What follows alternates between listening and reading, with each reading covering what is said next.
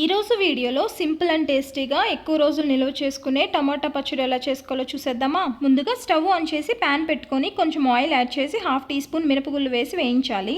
ఇవి వేగిన తర్వాత ధనియాలు, మెంతులు, జీలకర్ర కూడా వేసి వేయించి మిక్సీ జార్లో వేసుకుందాం.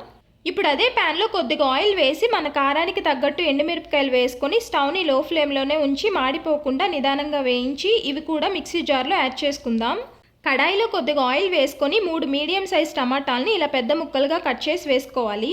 ఈ టమాటాలతో పాటు కొంచెం చింతపండు కూడా వేసి మీడియం ఫ్లేమ్లో ఉడికించుకుందాం.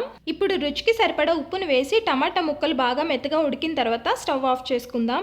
ముందుగా మిక్సీ జార్లో వేసుకున్న ధనియాలు, ఎండుమిరపకాయలని ఈ విధంగా మిక్సీ పట్టిన తర్వాత ఇప్పుడు ఉడికించిన టమాటా ముక్కల్ని అలానే 6-7 వెల్లుల్లి రెబ్బల్ని కూడా వేసి మెత్తగా మిక్సీ పట్టాలి.